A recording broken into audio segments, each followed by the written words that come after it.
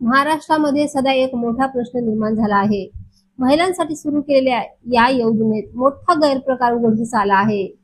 धक्कादायक बाब म्हणजे की पुरुषांनीच बहीण म्हणून कोट्यावधी रुपये लाटले आहेत.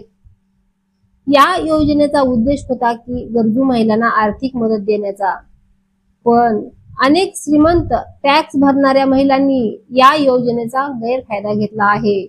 आणि त्याहूनही धक्कादायक बाब म्हणजे की 12,757 पुरुषांनी स्वतःला महिला दाखवून तब्बल 22.96 कोटी रुपये उचलले आहेत. भांडाफोड हा कसा झाला तर डिसेंबर 2025 मध्ये ई-केवायसी आणि पडताळणी प्रक्रियेदरम्यान हे सर्व बोगस लाभार्थी समोर आले आहेत. त्यानंतर सरकारने कारवाई सुरू केली आहे. बोगस महिलांपैकी सुमारे 6,457 महिलांकडून 11 कोटी रुपयाची वसुली करण्यात आली आहे.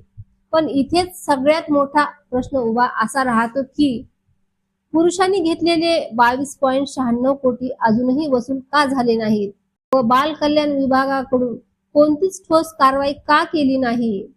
ग्राम विकास विभागाने वसुलीसाठी पत्र पाठवले आहे, पण पुरुषांकडून वसुलीसाठी साधं पत्रही का काढलं गेलं नाही. यामुळेच आता मोठी चर्चा सुरू झाली आहे. हे बोगस लाभार्थी सरकारचे लाडके भाऊ ठरत तर नाहीत ना. 9 ऑक्टोबर 2025 रोजी महिला व बाल कल्याण विभागाचे सचिव डॉक्टर अनुप कुमार यादव यांनी ग्राम विकास विभागाकडून अहवाल मागवला होता, पण 5.5 महिन्यानंतरही पुरुषांकडून वसुली अजूनही शून्यच आहे. नवीन अपडेट व ई-केवायसी ची मुदत वाढ कितपर्यंत आहे तर महिला व बालविकास मंत्री आदिती तटकरे यांनी महत्वाची घोषणा केली आहे. ई-केवायसी दुरुस्तीसाठी अंतिम तारीख 31 मार्च वरून वाढवून 30 एप्रिल 2026 करण्यात आली आहे. ही शेवटची संधी असल्याचेही त्यांनी सांगितले आहे.